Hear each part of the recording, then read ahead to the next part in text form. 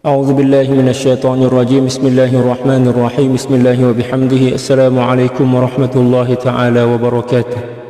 الفاتحة. أعوذ بالله من الشيطان الرجيم. بسم الله الرحمن الرحيم. الحمد لله رب العالمين الرحمن الرحيم مالك يوم الدين. إياك نعبد وإياك نستعين. اهدنا الصراط المستقيم صراط الذين أنعمت عليهم غير المغضوب عليهم ولا الضالين. آمين. إن الله وملائكته يصلون على النبي يا أيها الذين آمنوا صلوا عليه وسلموا تسليما. اللهم صل على سيدنا محمد عبدك ورسولك النبي الأمي وعلى آله وسلم. اللهم صل على سيدنا محمد عبدك ورسولك النبي الأمي وعلى آله وسلم. اللهم صل على سيدنا محمد عبدك ورسولك النبي الأمي وعلى آله وسلم. اللهم صل على سيدنا محمد عبدك ورسولك النبي الأمي وعلى آله وسلم. اللهم صل على سيدنا محمد عبدك ورسولك النبي الأمي وعلى آله وسلم. اللهم صل على سيدنا محمد عبدك ورسولك النبي الأمي وعلى آله وسلم. اللهم صل على سيدنا محمد عبدك ورسولك النبي الأمي وعلى آله وسلم. اللهم صل على سيدنا محمد عبدك ورسولك النبي الأمي وعلى آله وسلم. اللهم صل على سيدنا محمد عبدك ورسولك النبي الأمي وعلى آله وسلم. اللهم صل على سيدنا محمد عبدك ورسولك النبي الأمي وعلى آله وسلم. اللهم صل على سيدنا محمد عبدك ورسولك النبي الأمي وعلى آله وسلم عدد ما وسعه علم الله. الحمد لله والصلاة والسلام على سيدنا رسول الله وعلى آله وصحبه ومن والاه. اللهم اغفر لأمة سيدنا محمد صلى الله عليه وسلم وأصلح أمة سيدنا محمد صلى الله عليه وسلم وفرج عن أمة سيدنا محمد صلى الله عليه وسلم وارحم أمة سيدنا محمد صلى الله عليه وسلم وألف بين قلوب أمة سيدنا محمد صلى الله عليه وسلم لما تحب وترضاه وافتح لنا فتوح العارفين بك بحق سيدنا محمد صلى الله عليه وسلم. سبحانك لا علم لنا إلا ما علمتنا إنك أنت العليم الحكيم ولا حول ولا قوة إلا بالله العلي العظيم. وصلى الله على سيدنا محمد وعلى آله وصحبه وسلم. الحمد لله رب العالمين. Alhamdulillah, kembali berjumpa dengan saya Al-Faqir Ilallah Sultan Mujahidin dalam kajian kitab Al-Adabul Mardiyah Misalik Tariqi Sufiyah, yang merupakan himpunan daripada adab dan akhlak kesufian yang diajarkan dan dikarang oleh Sayyidil Imam Al-Arif Billah Muhammad Ibnu Ahmad Al-Buzidi radhiyallahu ta'ala an, wa nafa'ana Allah bi'ulumihi wa ulumi syuyukhihi wa syuyukhina wa jami'i awliya'illahi salihin fid dharain. Allahumma amin. Pada perjumpaan pagi hari ini kita akan membahas tentang pujian seorang guru kepada murid. Adakah dibenarkan atau tidak dibenarkan?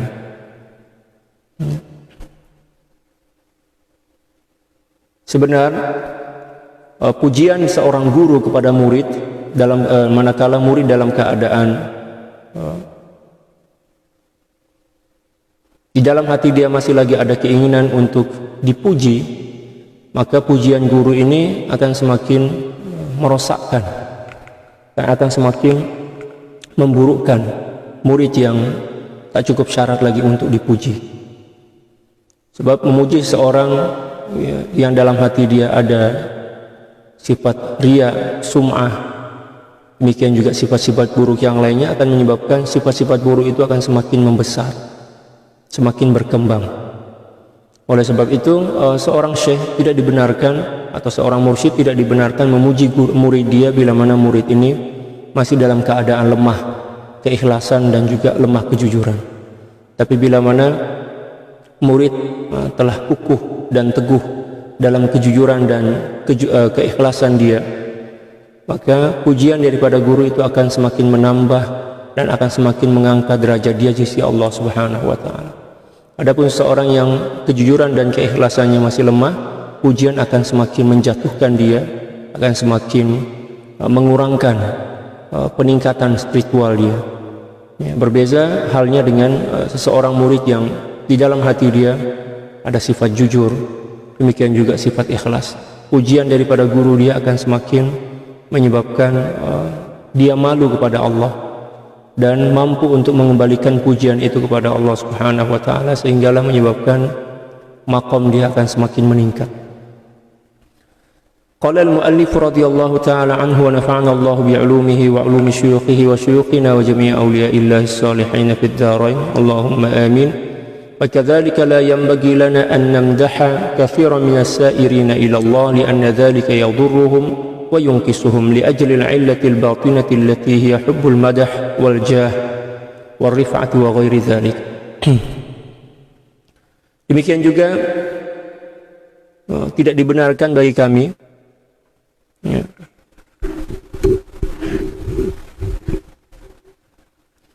maksudnya yang dimaksud dengan kami di sini adalah para mursyid.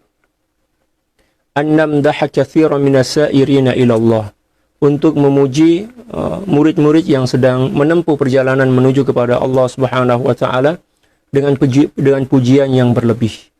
Tidak dibenarkan. Sebab pujian yang berlebihan, apatah lagi tak sesuai dengan kemampuan seseorang murid untuk menerima pujian tersebut, dan dalam keadaan iman, ikhlas, demikian juga kejujuran dia lemah, maka akan menyebabkan murid itu akan semakin gila pujian, gila sanjungan, dan itu akan semakin merosakkan hati dan juga akan semakin memperlambat, ya, perjalanan kerohanian dia menuju kepada Allah Subhanahu wa taala.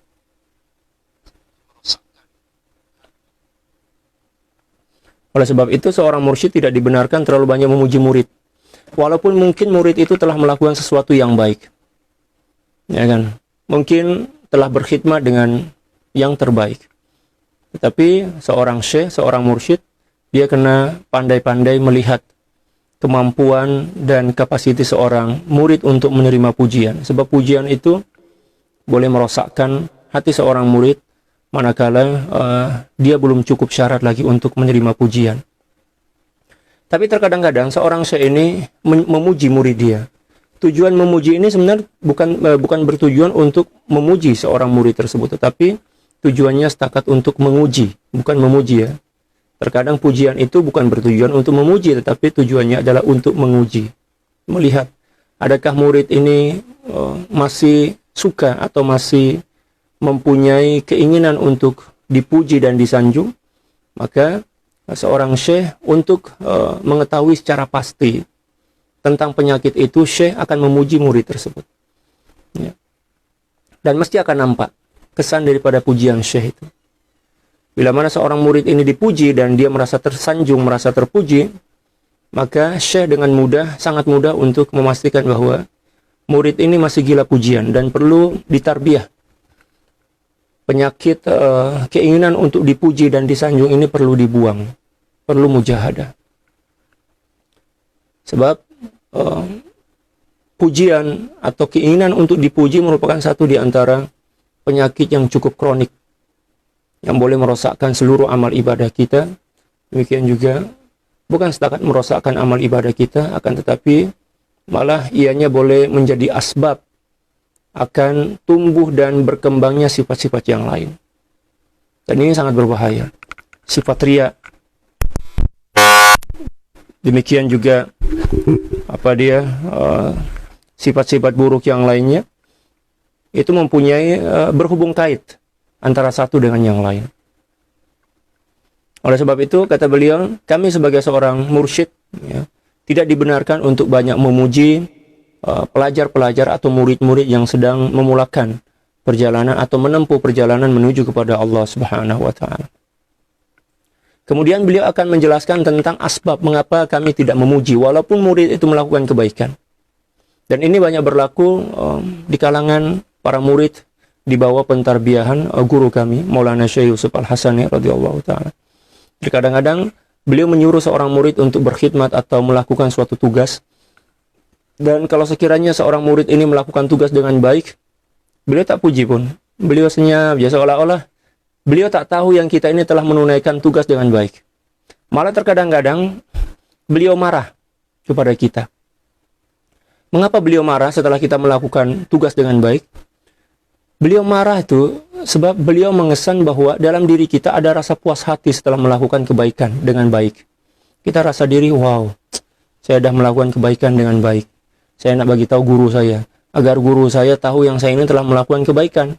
Moga-moga beliau puas hati dan menyanjung saya. Itu penyakit itulah yang menyebabkan terkadang-kadang setelah seorang murid ini melakukan tugas dia dengan baik, justru syekh marah kepada dia. Bukan memuji tetapi memarahi dia.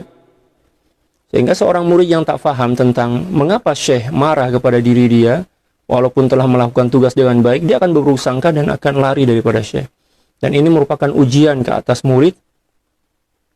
Oleh sebab itu, murid ini kena banyak-banyak membaca kitab tentang adab. Tentang adab bersuhbah dengan syekh. Ya, agar suhbah yang berlangsung atau yang berlaku yang sedang dia jalani bersama syekh itu sampai dengan selamat pada tujuan. Nah, kemudian beliau menjelaskan asbab mengapa para mursyid ini dilarang atau tidak dibenarkan untuk banyak memuji murid-murid dia. Li ajli al-illatil batinati allati hiya hubbul madah. Disebabkan karena penyakit hati yang tersembunyi terselubung dalam hati si murid, allati hiya hubbul madah, yaitu keinginan untuk dipuji. Kalau dalam bahasa Indonesia kami orang panggil dan istilah mabuk pujian. Orang yang senantiasa ingin mabuk dengan pujian. Manakala hubbul madah ini nampak pada hati seorang murid, dikesan oleh seorang mursyid, maka dia tidak dibenarkan untuk memuji ataupun menyanjung murid dia. Wajah, demikian juga keinginan untuk dipandang mulia. Warif'ah, dan dipandang tinggi. Sama aja sebenarnya. Wa ghairi dzalik, demikian juga yang selainnya. Fali adami tahaqquqihi bil ikhlasi, dan ini juga di antara asbab ini berlaku disebabkan karena dia belum lagi kukuh dan teguh dalam sifat ikhlas si murid ini. Sehingga bila mana dipuji, sikit je puji, leher dia seolah-olah semakin panjang. Kepala dia semakin besar. Dan ini cukup berbahaya. Karena pujian itu lebih berbisa dibandingkan racun. Ya kan? Tapi terkadang-kadang kita kena memuji seseorang dengan tujuan, tetapi pujian ini adalah pujian yang tidak berlebih. Dan kita kena pastikan bahwa pujian itu tidak akan merosakkan hati seorang yang kita puji. Dan juga boleh menyebabkan dia semakin sedar atas kesilapan-kesilapan yang ada pada diri dia. Sebab ada tipikal manusia, ada tipikal orang tuh, bila mana dia melakukan kebaikan, lalu kita puji, dia akan merasa boleh mengambil iktibar daripada pujian itu. Ada orang yang semakin gila kan, semakin merasa bangga dengan pujian, tetapi ada orang bila mana dipuji dia merasa diri, kenapa pula dia puji? Apa yang saya buat ini sebenarnya kecil je, biasa aja. Dia puji saya.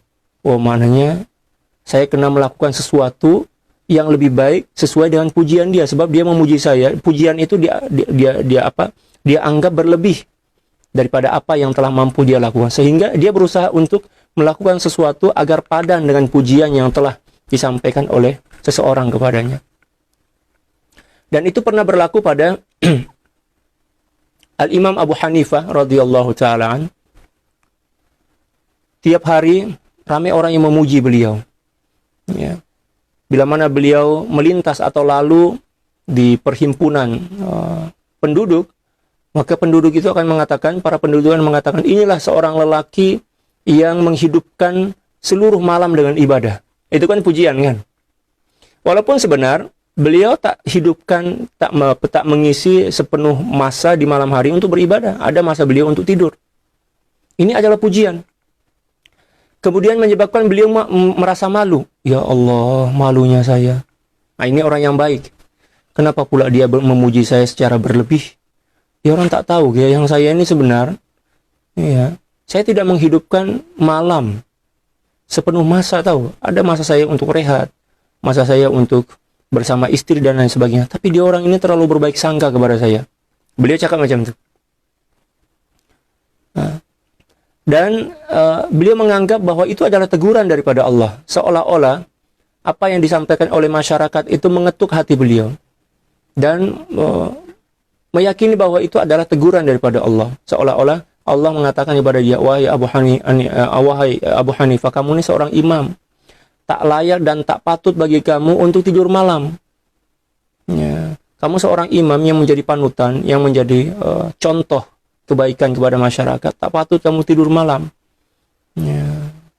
Sehingga bila mana beliau balik rumah, itu yang senantiasa terngiang, yang teringat dalam pikiran dan di telinga beliau, pujian-pujian masyarakat itu. Sehingga menyebabkan beliau berusaha untuk tidak tidur malam. Beliau mujahadah. Itu yang beliau ingat. Masyarakat dah memuji saya yang saya ini ahli qiyamul lail sepanjang malam. Tapi sebenarnya saya ada tidur, saya ada bersama istri dan sebagainya.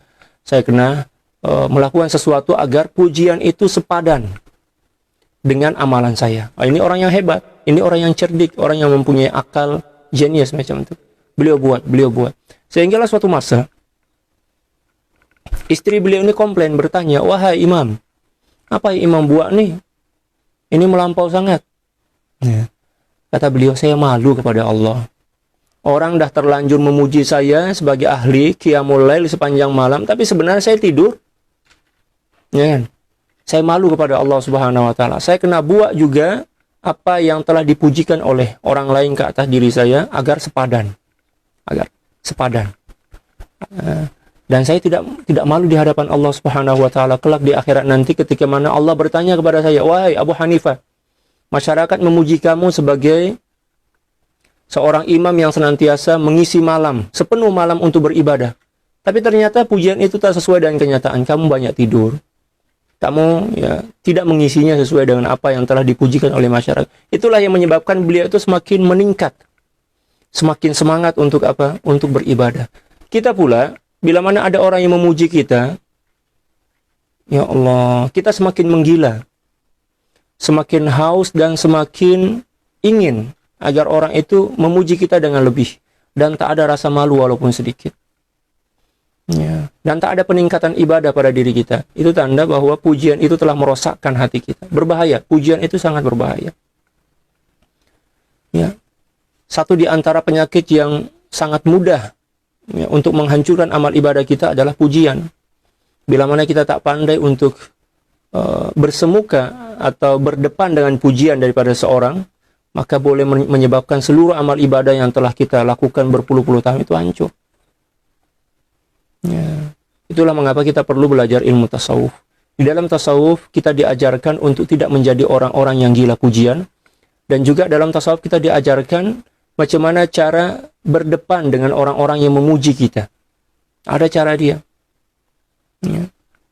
Di antara cara yang diajarkan oleh para ulama adalah ketika mana ada orang yang memuji kita, kita kena segera kembalikan pujian itu kepada Allah Subhanahu wa taala. Kita kena yakin bahwa pujian itu tidak layak untuk diri kita. Jangan pula kita semakin haus akan pujian. Sebab bila mana kita semakin haus akan pujian, akan menyebabkan ujian hidup kita akan semakin berlipat-lipat ganda. Macam itu. Apatah lagi kita saja mengundang pujian orang lain. Allah, itu semakin gila. Ada orang memuji diri kita, itu adalah suatu cobaan, suatu musibah yang cukup besar.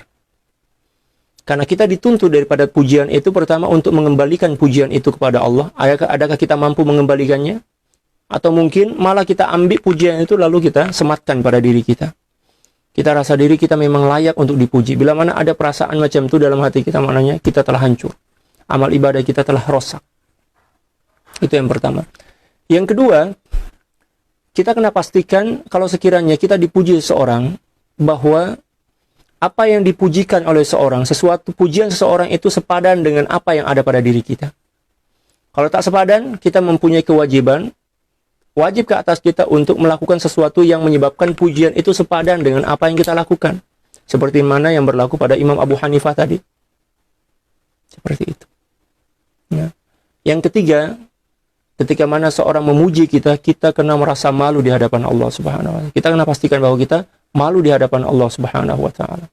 Kalau kita tak merasa malu di hadapan Allah Subhanahu wa taala, apatah lagi kita merasa bangga, malah kita menyebabkan kita merasa bangga, maka hancurlah kita, hancurlah amal kita, dan semakin hinalah diri kita di hadapan Allah Subhanahu wa taala. Sebab yang layak menerima pujian setakat Allah aja. Ya kan? Adapun sekiranya kalau Allah Subhanahu wa taala menggerakkan lisan seseorang untuk memuji kita, itu adalah ujian sebenar. Ujian ke atas diri kita. Ada tuntutan di situ, ada kewajiban untuk mengembalikan pujian itu kepada Allah Subhanahu wa taala. Jangan pula kita semakin menggila.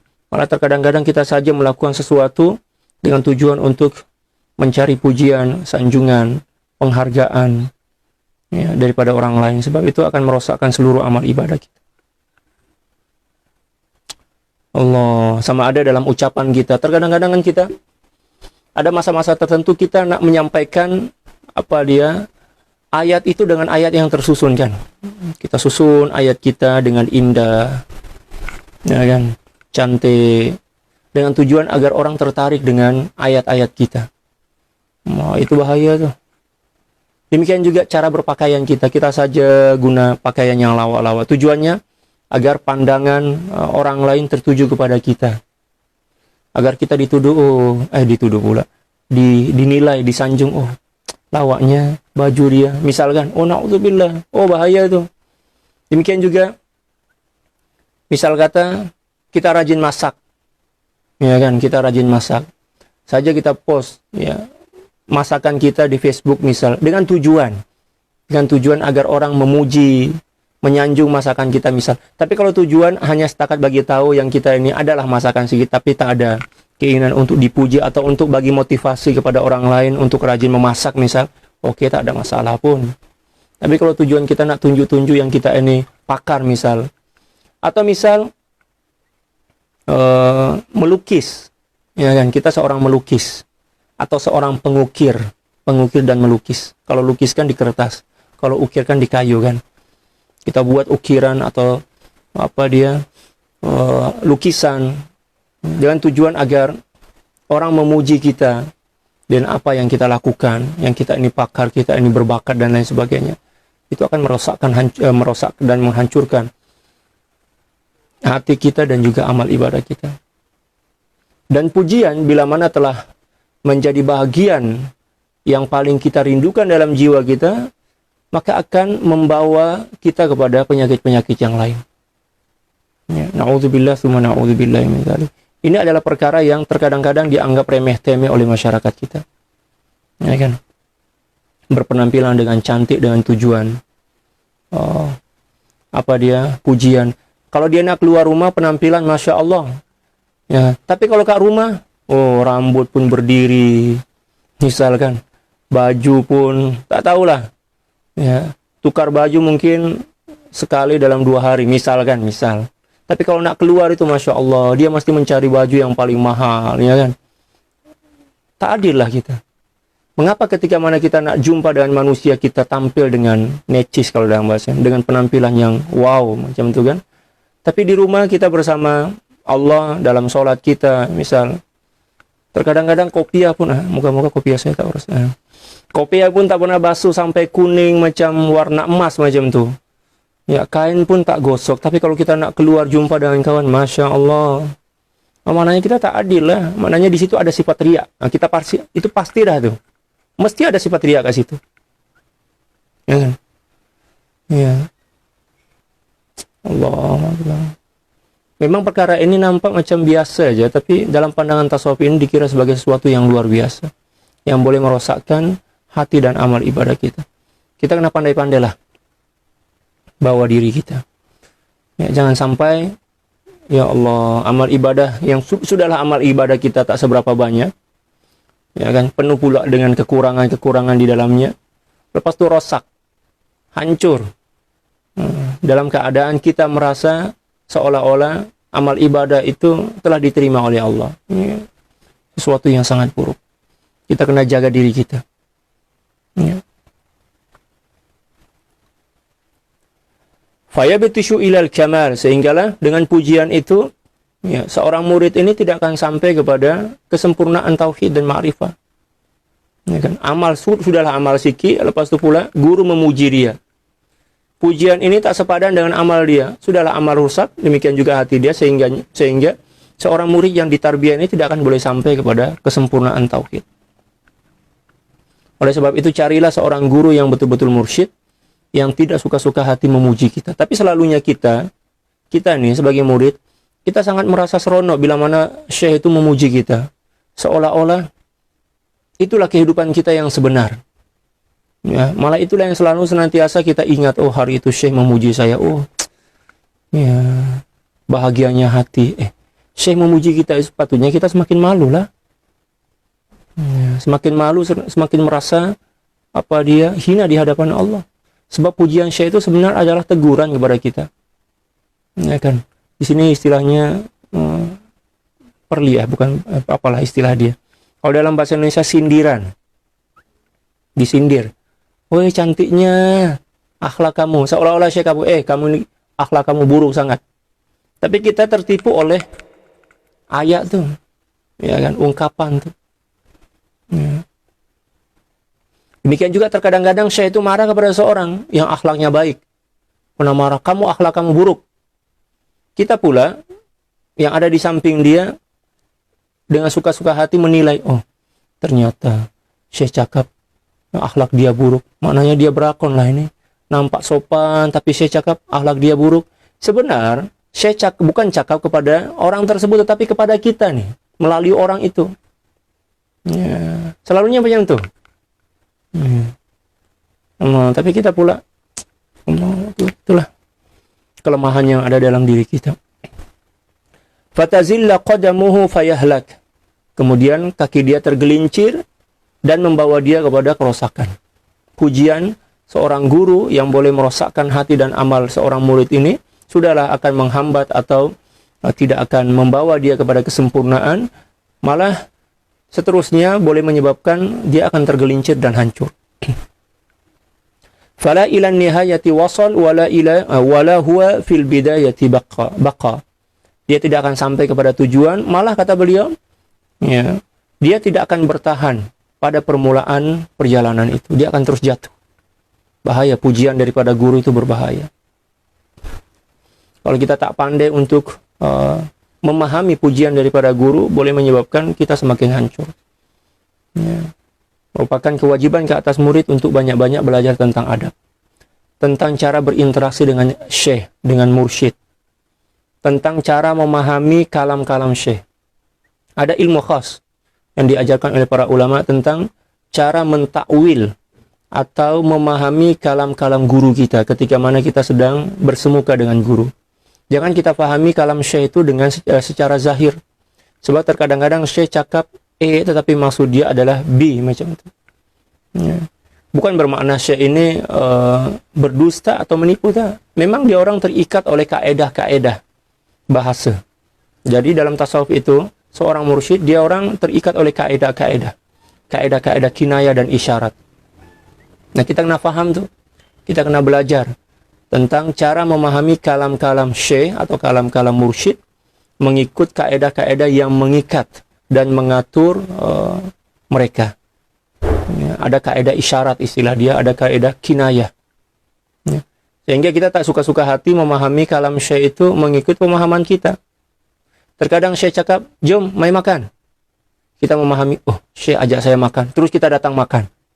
Tak boleh, kita kena paham dulu keadaan di mana syekh mengajak kita makan. Terkadang-kadang syekh cakap macam tu, tetapi tujuannya, kamu janganlah kat sini, kalau boleh kat luar. Ya, jangan ikut makan bersama kami. Dari mana kita boleh paham? Daripada keadaan. Mungkin pada masa itu, ketika syekh mengajak kita makan, beliau sedang makan bersama orang-orang besar. Guru-guru lain kan, syekh-syekh yang lain.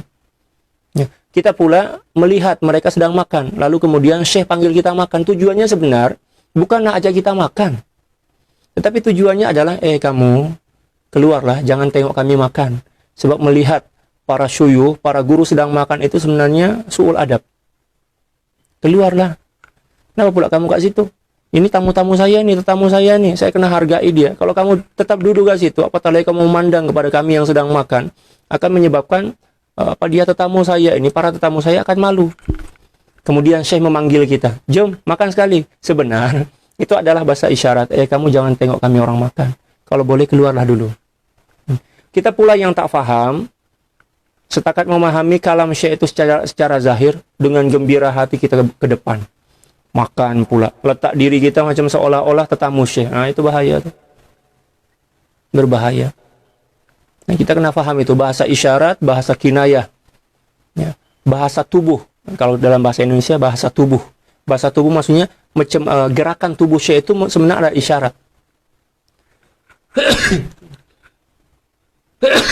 Minta maaf. Ya, kita kena paham.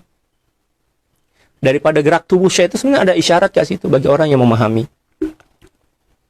Syekh terkadang bergurau, bercanda kalau dalam bahasa Indonesia. Ya, bergurau. Kita memahami, syekh ini memang lawak lah. Nah, pula saya diajak untuk bergurau. Lalu kita kemudian berpikir, oh, syekh ternyata pandai melawak. Nauzubillah. Itu soal adab yang boleh merosakkan perhubungan rohani kita dengan syekh. Yang terpenting sekarang, kita sebagai seorang murid itu banyak belajar tentang adab. Terutamanya tentang adab suhbah bersama syekh. Kita kena faham tentang adab suhbah, kita kena faham tentang bahasa kinayah dan isyarat daripada kalam-kalam syekh. Demikian juga kita kena paham tentang bahasa tubuh kalau dalam bahasa Indonesia.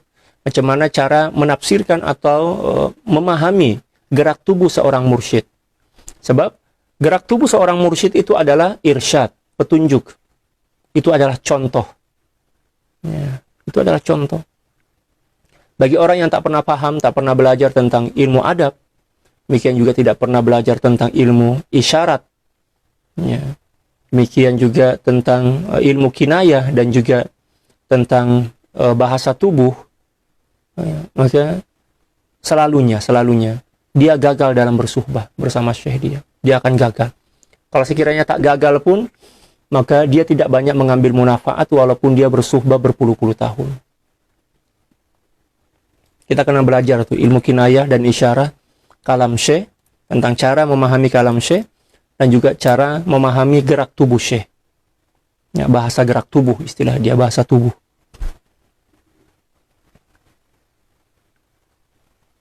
Bikhilafil wasili fa innahu idza mudiha zada mahabbatan wa tawadu'an wa haya'an minallahi wa minasy-syekh. Berbeza halnya dengan seseorang yang telah sampai, seorang murid yang telah sampai kepada kesempurnaan ma'rifah dan tauhid kepada Allah Subhanahu wa taala. Bila mana dia dipuji, maka pujian itu akan semakin menambah rasa cinta dan hormat serta rasa malu kepada Allah dan guru dia. Itu tanda yang seseorang ini telah sampai kepada Allah. Bila mana syekh memuji dia, dia akan merasa semakin malu di hadapan Allah. Ya, semakin cinta kepada Allah. Ya kan? Bukan semakin merasa terpuji ataupun tersanjung. Fayara nafsahu laisa bi ahli lil madah. Kemudian dia menyaksikan, melihat yang diri dia ini sebenarnya adalah seorang yang bukan tergolong sebagai orang yang layak untuk dipuji.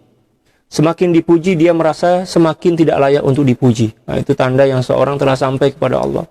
Tapi kalau syekh puji, dalam hati dia cakap, lagi syekh, tambah lagi pujian syekh, tambah lagi syekh. Seronoknya dipuji oleh syekh. Ya kan? Nauzubillah, itu orang yang paling sakit tuh.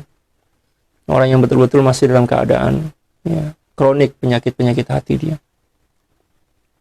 Wa dzalika liwujudi ikhlasihi wa syiddati sidqihi. Dan ini disebabkan karena betul-betul dia ya, ikhlas dan juga kejujuran dia mantap kepada Allah Subhanahu wa taala. Sehingga pujian daripada syekh itu akan semakin menyebabkan dia malu dan merasa tidak layak untuk dipuji. Itu tanda yang seorang ini betul-betul telah sampai kepada kemuncak ikhlas dan kejujuran. Wa kamali tahaqquqihi, dan juga sebagai tanda yang dia ini telah betul-betul sampai kepada kesempurnaan realisasian daripada nilai-nilai tasawuf. Wa ta'ammal halatal qummali radhiyallahu ta'ala anhum yadhharu laka sihhatu ma dzakarna. Coba kamu perhatikan dan selidik hal keadaan para wali-wali yang sempurna itu, kamu radhiyallahu ta'ala anhum, maka akan terzahir kepada kamu tentang kesahihan apa yang telah kami terangkan tadi. Maknanya para aulia ini semakin dipuji, mereka semakin mengkerut kalau dalam bahasa Indonesia, semakin merasa malu di hadapan Allah. Malah ada di antara para aulia ini bila mana dipuji, nampak pada wajah dia, pada muka dia, rasa takut. Ya, rasa takut kepada Allah Subhanahu wa taala. Malah ada di antara para aulia, bila mana kita puji, muka dia berubah menjadi merah. Itu tanda yang dia betul-betul takut kepada Allah Subhanahu wa taala. Kita pula dalam hati kita tambah lagi, puji lagi, sanjung lagi. Nauzubillah. Ala tara annahum idza mudihu badaru ila al-ubudiyyati syukran lillah. Tidakkah kamu melihat mereka bila mana mereka dipuji itu mereka segera menunaikan tugas kehambaan mereka kepada Allah dengan cara syukran lillah, sebagai ungkapan rasa syukur kepada Allah. Wa khaufan ay yakuna dzalika istidrajan hatta innal 'arif al-kamila yakhafu ay yakhruja min wasfihi fayamut. Allah. Dan mereka merasa takut kepada Allah Subhanahu wa taala, takut-takut pujian itu adalah istidraj.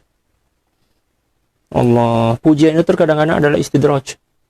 Ada orang memuji kita dan pujian itu menyebabkan kita merasa terpuji dan tersanjung, maka pujian itu adalah istidraj yang akan menyebabkan kita akan semakin hancur. Istidraj itu macam seseorang yang diangkat lebih tinggi agar ketika mana dihempas ke tanah itu dia hancur sehancur-hancurnya. Itulah istidraj.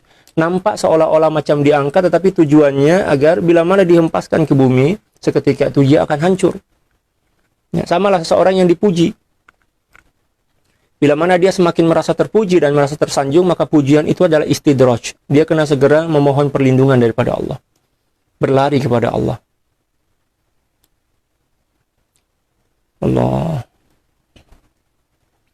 Hatta innal 'arifa al-kamila yakhafu an yakhruja min wasfihi fayamut. Hatta seorang arif billah yang kamil ma'rifah dia, yang sempurna ma'rifah dia, dia rasa takut. Rasa takut keluar daripada sifat asal dia. Sifat asal dia adalah seorang hamba. Ya kan? Yang menyebabkan dia mati. Ada orang yang dipuji sebab malu dan rasa takut kepada Allah Subhanahu wa taala atas pujian itu, ada yang mati, meninggal dunia. Tapi bukan kita lah, ini zaman dahulu. Orang yang betul-betul sampai kepada maqamul khauf yang sempurna. Ketika mana ada orang yang memuji dia, dada dia serasa sesak, rasa takut yang luar biasa kepada Allah. Sehingga ada di antara mereka yang pengsan dan ada juga di antara mereka yang risau. Ya, pujian itu akan menyebabkan mereka mati. Sebab tak mampu merasa rasa takut, menanggung rasa takut dan malu di hadapan Allah. Kama yakhaful hut inda ikhrajihi minal ma, seperti mana takutnya seekor ikan ketika mana dikeluarkan daripada air. Sesuatu yang paling ditakutkan dan dirisaukan oleh ikan itu adalah bila mana dia dibuang keluar daripada air. Oh, itu adalah sesuatu yang paling menyebabkan dia menderita. Demikianlah hal keadaan para aulia. Sesuatu yang paling menakutkan dan merisaukan mereka adalah pujian daripada makhluk. Bi khilafi man mudiha wa nafsuhu hayyah, berbeza dengan seseorang yang bila mana dipuji dalam keadaan nafsu dia masih hidup. Ya kan? Fa innahu yakhafu alaihi ashaddal khauf, yukhafu alaihi ashaddal khauf li'annahu la ya'rifu qadral madah. Maka orang seperti ini sangat dikhawatirkan ke atas dia dengan kekhawatiran yang besar. Ya, maksudnya sangat dirisaukan. Pujian itu akan menghancurkan diri dia.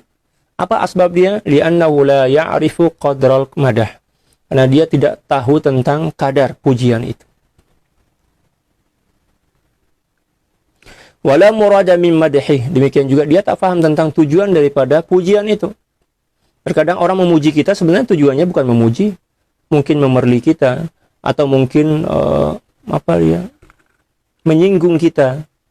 Ya kan, menyindir kita. Kita kena faham. Nah, kita kena faham. Apatah lagi daripada seorang syekh mursyid, kita kena faham bahasa syekh. Seperti yang saya sampaikan tadi, kita kena belajar tentang adab, belajar memahami tentang macam mana cara faham tentang kalam-kalam syekh dari sudut isyarah. Demikian juga daripada kinayah dia. Demikian juga bahasa gerak tubuh. Nah, itu kita kena faham tuh sebagai seorang murid. Jadi kita bersuhbah ini belajar tasawuf ini bukan setakat belajar tentang ilmu tasawuf saja, tetapi lebih daripada itu, bukan setakat belajar tentang teori tasawuf, lebih daripada itu belajar tentang adab bermuamalah dengan guru. Fayahmilu dzalika ala zahirihi kama taqaddam, sehingga pujian itu dia akan bawa sesuai dengan makna zahir dia. Dia menyangka bahwa pujian itu adalah pujian, walaupun sebenarnya pujian itu adalah ujian terkadang-kadang. Okay. Fala yazalu fin naqsi hatta yarji'a ila halatil awam, sehingga seorang murid ini bila mana dia tak faham dan dia tidak mengerti tentang tujuan daripada pujian itu, menyebabkan dia tersanjung dan akan membawa dia kepada semakin berkurangnya nilai-nilai kerohanian dia, dan juga akan membawa dia kembali kepada hal keadaan orang awam. Setelah dia mendaki sampai ke pertengahan jalan, dia dipuji oleh seorang atau guru dia, dan dia tak paham maksud daripada pujian itu, menyebabkan dia merasa tersanjung dan terpuji, maka dia akan kembali kepada maqam orang awam. Na'udzubillah. Wa yahsula lahu ridha an nafsi, dan dia akan merasa diri seronok dengan rasa puas hati yang timbul dalam diri dia. Fayaskhara khusrana mubina, dan dia akan merugi dengan kerugian yang nyata. Wal'iyadzu billahi min dzalik. Kita berlindung daripada Allah daripada penyakit ini. Naam, idza in alimna min ba'dihim, ya benar bila mana kita mengetahui daripada sebagian daripada murid-murid itu, wa tahaqqaqna annahu la yasiru ila Allah illa al-madah, dan kami telah memastikan bahwa dia ini tak boleh berjalan menuju kepada Allah kecuali dan pujian. Ada tipikal manusia macam itu. Ya. Setelah melakukan amal ibadah, kita kena puji dia. Sebab dengan pujian itulah dia akan semakin semangat untuk beramal. Ya kan? Ya. Lidha'fi sidqihi, disebabkan karena keyakinan dia yang lemah, wa qillati tahqiqihi, dan juga disebabkan karena lemahnya semangat semangat kebenaran yang ada dalam diri dia. Fahadza la ba'sa ayyamdaha madhan khafifan qalila. Maka tipikal manusia atau murid seperti ini tidak mengapa seorang guru untuk memujinya, tetapi dengan pujian yang sedikit, pujian yang ringan lah macam itu. Wa illa al-madhul katsir. Ya. Kalau tak cukup lagi, ya tambahlah sedikit pujian tuh. Tapi janganlah pujian itu sampai membawa dia kepada sesuatu yang lebih merosak. Fa innahu yadurruhu wa yunkisuhu, karena bila mana terlalu banyak dan berlebihan akan semakin merosakkan murid tersebut. Wa aidan katsirun minan nasi idza mudihu hadathathu nufusuhum bihadisil kamal. Dan ramai juga manusia yang bila mana mereka dipuji, maka diri mereka berkata kepada diri mereka sendiri yang diri mereka ini telah sempurna, dan itu adalah sesuatu yang sangat buruk. Fayusmi'unaha liqurbi ahdihim minha, dan mereka merasa sum'ah, ya kan? Memperdengarkan pujian itu kepada orang lain. Dan ini disebabkan karena mereka baru lagi belajar. Ini bagi murid-murid pemula seperti itu. Fayasiruna bisariha wa hum la yash'urun. Maka mereka berjalan dengan perjalanan mereka ini dalam keadaan mereka tak sadar. Maknanya dia orang tak sadar bahwa pujian itulah yang telah merosakkan hati dan amal ibadah mereka. Oleh sebab itu, jangan pernah kita merasa puas hati dengan pujian, tapi semakin merasa takutlah kepada Allah bila mana ada orang yang memuji kita. Wallahu a'lam bissawab. Subhanaka la ilma lana illa ma 'allamtana innaka antal alimul hakim wa la haula wa la quwwata illa billahil aliyyil azim. Innallaha wa malaikatahu yusalluna 'alan nabiy ya ayyuhalladzina amanu sallu 'alaihi wa sallimu taslima.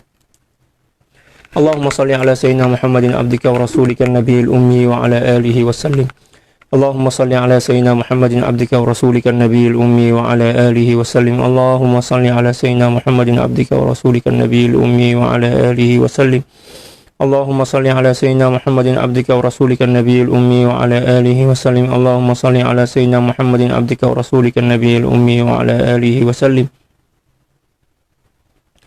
Allahumma salli ala sayyidina Muhammadin abdika wa rasulika an-nabiyil ummi wa ala alihi wa sallim. Allahumma salli ala sayyidina Muhammadin abdika wa rasulika an-nabiyil ummi wa ala alihi wa sallim. اللهم صل على سيدنا محمد عبدك ورسولك النبي الأمي وعلى آله وسلم. اللهم صل على سيدنا محمد عبدك ورسولك النبي الأمي وعلى آله وسلم. اللهم صل على سيدنا محمد عبدك ورسولك النبي الأمي وعلى آله وسلم. اللهم صل على سيدنا محمد عبدك ورسولك النبي الأمي وعلى آله وسلم عدد ما وسعه علم الله. Sekian, wallahul muwaffiq wal hadi ila sabilir rasyad wal afu minkum. Assalamualaikum warahmatullahi taala wabarakatuh.